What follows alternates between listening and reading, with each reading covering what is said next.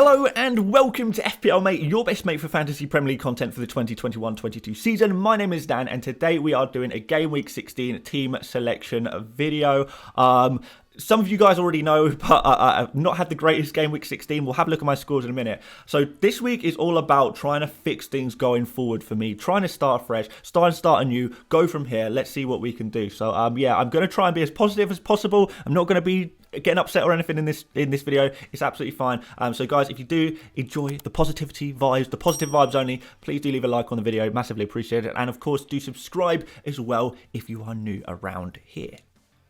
So let's have a look at my Game Week 15 points. Like I said, not good. My worst game week ever. Like genuinely, this is the worst game week I've had this season. It's the worst game week I've had in a very, very long time. It's one of those weeks where everything that could conceivably go wrong seemed to go wrong. You know, players conceding, losing their clean sheets when you didn't expect them to. Everyone seemed to get yellow cards. Only my captain really did anything. Well, even that he did not that much. Salah only got an assist for the captain. Chances were missed by players. It was just full-on disappointing, and it's maybe a sign of that my team is just maybe not quite in the right place right now, not quite as good as I thought it was maybe, and it's causing me problems, and I need to improve my team. What makes things worse is that players like Mbumo, Broya, scoring points on the bench there, didn't get to see any of those actions, and the big at the back thing that I've been kind of raving about, that a lot of people have been raving about, to be honest, it's not worked. It's not paid off. Chelsea's defence seems to have gone downhill. City's seem to be conceding goals at random. Lamptey's not quite performed this week, which was also a little bit disappointing. But yeah, I just think we need to look at this team, have a good look at it, see where we're at, and see where we can go from here. Yes, this has been my worst red arrow so far this season, but the season is not over. If you told me at the start of Game Week 16 I would be 895th in the world, I would be ecstatic. I'd be over the moon. So what we're going to do, which obviously I still, it's almost impossible, but you always got to try and aim to win FPL, I suppose. What's the point in playing otherwise? We may as well give it a good old go. So let's start afresh. Let's say this is my new Game Week 1. Let's start afresh. Let's get on the positive tilt and let's make some really good moves, really progressive moves, and say, come on, it's time to go, guys. It's time to go. Let's do this. And that's exactly what we're going to do with our Game Week 16 team selection. Before we go any further, I need to tell you about today's video sponsor, Ultimate Fan, a fantasy game that is basically like a combination of FPL and FIFA pack opening. So basically two of my favourite things ever.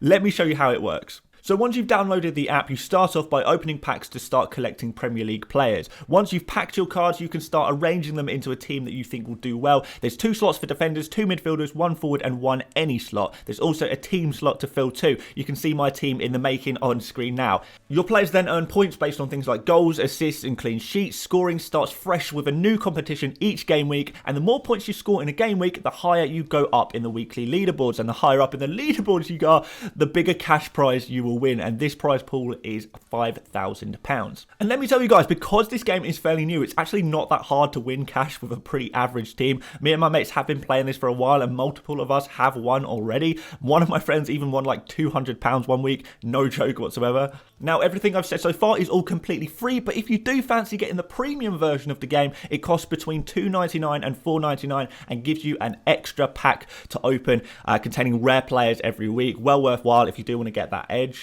Guys, if you've played before, this is also a great time to get back involved with so many game weeks coming up close together, and they've also added a load of really useful new features, made some new good changes like a fixed display on cards, new private leagues to challenge your mates with. So if you're 18 or older and live in the UK or Ireland, download the game using the link in my description and join my private league if you want to as well, using this code, and you can see if you can beat my Ultimate Fan squad this game week. Good luck.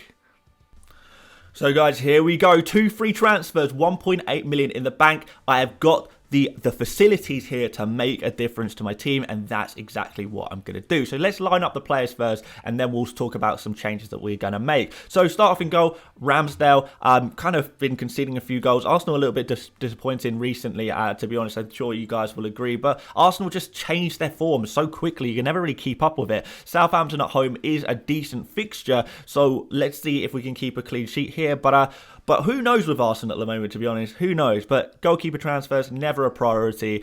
So we are just going to stick along with Ramsdale and you know, hope he picks up his usual save points at least, because he does always pick up those save points, which is always a saving grace. Maybe if you can add a clean sheet to that, suddenly you're laughing for points, aren't you? Into defence, we've got Trent Alexander-Arnold, 8.1 million now he is. Absolutely crazy.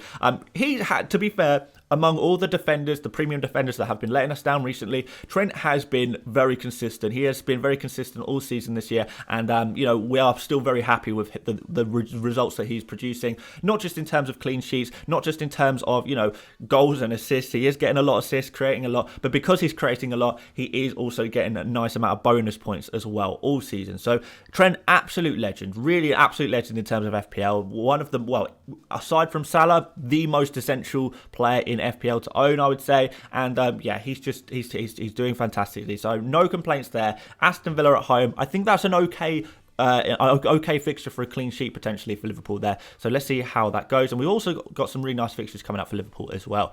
Next up, we've got Cancelo.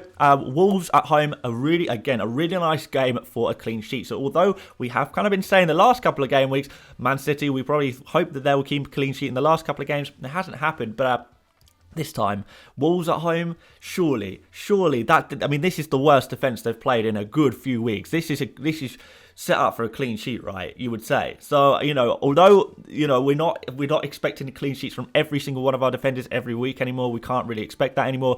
You know, I feel like this is a strong possibility. And Cancelo rested midweek. You know, we expect him to play at the weekend. We expect him to do well. Hopefully, he can try and do something attacking wise as well, as he often does. You know, another one of those players who I'm really happy with in terms of the defences that I do have.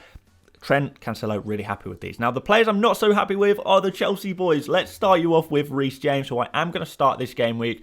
Leeds at home. In theory, it's a good game. It's a good fixture. Reece James, of course, playing in midfield midweek. Is he going to be available to play at the weekend as well? Is he going to be fit and ready and available enough? I think he is, to be honest. I think he is. So I think that's a very good sign. And if he plays in midfield, if he plays, you know, out wide, all I really want is him to get back to his, not even necessarily goal scoring, at least show a little bit more promise in terms of taking shots, getting inside the box, you know, as well as his, you know, a lot of players going through him still, but I want to see him really be really attacking, really aggressive. I want to show that passion to score those goals and get fully forward. I don't know if the tactics enable him to do that right now, but this game against Leeds is a hell of a lot easier than the last week's game against West Ham. So let's see what can happen. Leeds have not been great in attack. Maybe with Bamford coming back, that might change, but it's not going to change overnight. So I still think we can be reasonably confident. Certainly not as confident as we were in our Chelsea defenders a couple of weeks ago, but I still think we can be a little bit confident of potentially getting something out of this. And we know with players like James, the ceiling is very high. If they are scoring points, they are scoring a lot of points. So let's hope for that. And the same situation with Marcus Alonso. Very, very similar situation, to be honest. The thing is, I am quite positive about Marcus Alonso playing at the weekend. I know people constantly say, oh no, Alonso's going to get rested for Saul, or, you know, Hudson-Odoi or Pulisic is going to play at left wing back. Tuchel has been very clear that Alonso is the first choice left back, and the fact that he was in the Champions League squad on the bench strongly suggests to me that he, and coming on, I guess, I think he came on, didn't he? Maybe one of you guys can remind me of that. But the point is, he is fit, available. We did have some minor concerns about his back injury, but it seems like he is good to go, which is really, really positive. So all of the defenders should be available to play this week. We hope that all of them will play. James and Alonso, it's a risky double up in defence right now. I'm not going forward. I don't know if I want to stick with the Chelsea double up in defence. I'm kind of rethinking that a little bit, but that's what we got right now. And I don't think it's the worst thing in the world. And maybe we just need to have a little bit of patience with some of these slightly better fixtures for our players, maybe. Oh well. Anyway, moving on into midfield. We've got Mo Salah. I say this every week, but I'm not going to speak a lot about Mo Salah because there's no point. What I will say is up to 13.1 million now. Wow, he's just getting so much more expensive. I feel sorry for people only just buying Salah now. I know there's a few of you out there, surely, who don't own Salah yet. Hopefully not any of you guys watching the videos, but I'm sure there's a few people out there. And, if you haven't got Salah yet, you're going to have to pay so much to get him in your team, right? But yeah, we've got this Aston Villa game at home. I don't think it's the easiest fixture in the world, but, it's Mo Salah. So, that at the end of the day, that's all that matters. And we could say a similar thing about Jota. Not the easiest fixture here from an attacker's point of view against Aston Villa. So, I'm not concerned about this because Liverpool are the best attacking team in the league. And if they're going to score, if any team is going to score goals, then it's going to be them. And it doesn't really matter too much what the fixture is. At least I think this will be a little bit easier than the Wolves game last week because that was an interesting defensive time-wasting maybe performance from Wolves there, wasn't it? They had their game plan, didn't they? And it almost worked. They almost got the draw out of it. But I do think this Aston Villa game will be a little bit more open. It's just going to be a case of maybe how many goals Martinez can keep out of the net. We know he's a fantastic goalkeeper. But fingers crossed, Salah, Jota, they can get involved in some goals. You still expect Liverpool can go there and score a couple of goals. Even in a slightly more difficult fixture. And we've got James Maddison against Newcastle at home. One that I am I'm looking forward to this one, to be fair. This is one of the fixtures I was targeting when I brought in James Maddison into my team because this could be one of those games where, a player pops off. Because Maddison is the type of player who will pop off. He's getting so many opportunities to score. He's playing so well. Even when he blanked last week against Villa, he still looked good and was getting plenty of opportunities to score and, getting in the box and getting really, really involved. He's on all free kicks and corners and stuff as well. So there'll be so many opportunities for him. And Newcastle are a team that give up a lot of opportunities to score as well. So is that going to be a bit of a match made in heaven? I don't know. I hope so. And I think Maddison has a real potential to get a really nice score this game week. So happy about that one. And finally, we've got Mbeumo in midfield. Watford at home. Mbeumo, the perpetual disappointment, or one of the perpetual disappointments in my team, I guess. But he's got a really good fixture against Watford. So a lot of people are thinking right now, are we going to keep Mbeumo for this game week? Maybe this is his last game week in our team. Are we going to sell Mbeumo? Should we finally be fed up with him and, all of his antics of just disappointing us every single week with good underlying stats, but no output whatsoever, no end product? It's so frustrating, isn't it, guys? So that's a real question mark in this team. Up front, we've got Harry Kane. Where do I even start? My worst signing this season, maybe the worst signing in my FPL team, maybe alongside Mbeumo. Kane and Mbeumo have just been absolute tragedies since they came into my team. The difference is with Kane is that he's 12.2 million. It's so expensive for a player who is seemingly only capable of scoring 2 points per game week, missing his chances that he does get, not really getting many chances. The Spurs team, there's not enough creativity to provide him with chances. It's just not going well at all. And away against Brighton, is it going to get any better here? By the time you watch this video, we might even have news that the Spurs versus Brighton game has been postponed. They are talking about postponing the Brighton versus Spurs game. They're talking about postponing the Leicester versus Spurs game because of all the COVID cases at Spurs. Now, it seems like Kane is okay. He's training and stuff among a few other players. So it's not that Kane's got COVID, but it is the fact that maybe some of these games do get cancelled. And I'm sure we'll find out a little bit more about that over the next 24 hours. But either way, even if the game goes ahead, a depleted Spurs team, a Kane who's getting no service whatsoever, and even the service that he does get, he's not finishing his chances, and he costs so much money, and there are other better forwards to get in the game. Do we keep Kane? Come on. And finally, we've got Antonio. Finally, Antonio is back. He actually got an assist last game. He actually got a goal return, which was one of probably the only thing I was actually happy about all game week. It's just a tiny little scrap of a return from Antonio. It's the start of something good, though, guys. He played really well in that game, to be fair. And we've got some super, super nice fixtures for West Ham coming up. The fixture swing for West Ham is well and truly upon us. It's really looking amazing, isn't it, guys? Burnley up next. Then Arsenal, who are kind of struggling a little bit at the moment. Then Norwich at home. Southampton at home. Really nice fixtures. And these good fixtures run all the way through February. So really, really nice time to own those West Ham players. And I know a lot of people who previously sold Antonio are now actually bringing him back in. So actually, it's becoming a little bit bit of an exciting time to own Antonio once again. And what has been a real disappointment in my FPL team, Antonio has been a bit of a disappointment in my FPL team. At least with Antonio, there's a real clear silver lining here. A real clear silver lining. So, yeah, feeling positive about Antonio, despite a lot of disappointment. I hope he's going to do really well in some coming game weeks. But there we go, guys. That's the starting 11. Whip up the bench. Foster, Lamptey. Well, again, do we know if this game is going to go ahead? Not sure yet, but if it does go ahead, maybe Lamptey might be a good shout against a depleted Spurs attack, I suppose. You know, there'll be no Son, no Lucas, for example, so that's going to put Lamptey at a huge advantage when the only goal-scoring player left is Kane, right? We got Broja, Arsenal away. I really do hope that he continues to start, because initially I was thinking of getting rid of him and transferring him to a Josh King, Emmanuel Dennis, someone at Watford. I'm not sure if I'm actually going to do that anymore, because Broja, whenever he actually plays really well. I just need to see that he is starting regularly. So I'm hoping that he can keep starting regularly, and then maybe he becomes an option in my team again. And then we've got Brownhill. Yeah, he's just going to stay last on my bench every single game week, to be honest. So let's make some transfers, guys. I think that's what we need to do, don't we? Because this team is okay, but it's not quite there. It's not quite where we want to be. Like, you guys are probably looking at this team and you're thinking there's some players missing. And guys, I've not really kept too much of a secret who I want to bring in at this game week. I've been hyping up 2 players in particular all week in every one of my videos that I'm desperate to have. I've got 2 free transfers and a real easy route to get both of those players. So I'm just going to do it. What we're going to do, guys, is we're going to get rid of the 2 perpetual disappointments in my team. The 2 players that have just been causing me so much agony every single game week when I've been starting them, and Mbumo and Kane. See you later. Goodbye. Oh my word.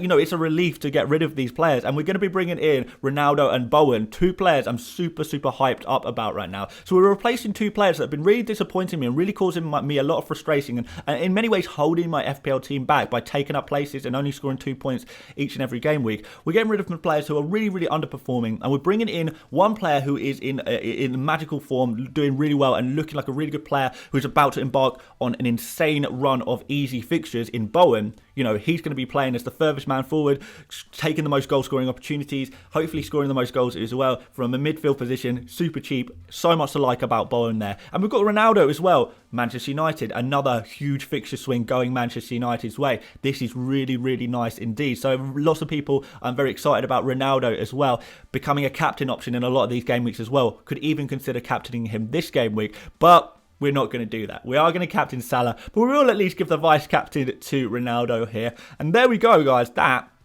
tell you what, that to me, this team in front of me today looks a lot better. You know, when you take the fixtures into account as well, these players, these fixtures, what we're looking at today looks a lot better than what my team last week looked like. I was never fully confident in my team last week, and, you know, I never expected it to go as bad as it did, but it was a disaster. And I feel like I've made 2 significant improvements. We've got a lot of players with much better fixtures this week than they had last week. Let's get back on track. It's still very tight at the top, very close at the top. So I'm definitely not out of it yet. You know, I can easily break back into the top, 500 or whatever. You know, if my team performs well and my transfers, I make the right moves. I think we can do okay. So I'm not gonna.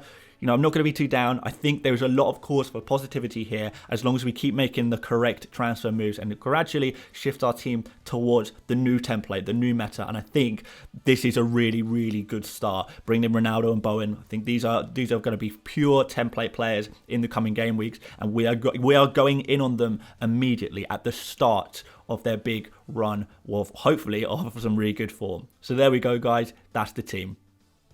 Guys, thank you so much for watching this video. If you did enjoy what you saw today, please do leave a like. If you're new around here, please do subscribe as well. Massively appreciated. Again, don't forget to check out Ultimate Fan. That's completely free to download and have a go. Link is in the description again, so do check that out. And that's going to be it for videos this week. We're going to do a stream, of course, tomorrow ahead of the deadline. But that's it. There you go. Other videos on the channel for this game week. Go check out the buy, sell, keep, avoid video I did and the 100 experts video I did. They're both on the channel. They're going to be really helpful for you guys to make your transfer decisions this week. But yeah, there we go. Hopefully see a lot of you guys on stream tomorrow. But aside from that, guys, thank you so much for watching once again, and I will see you later, mates. Bye-bye.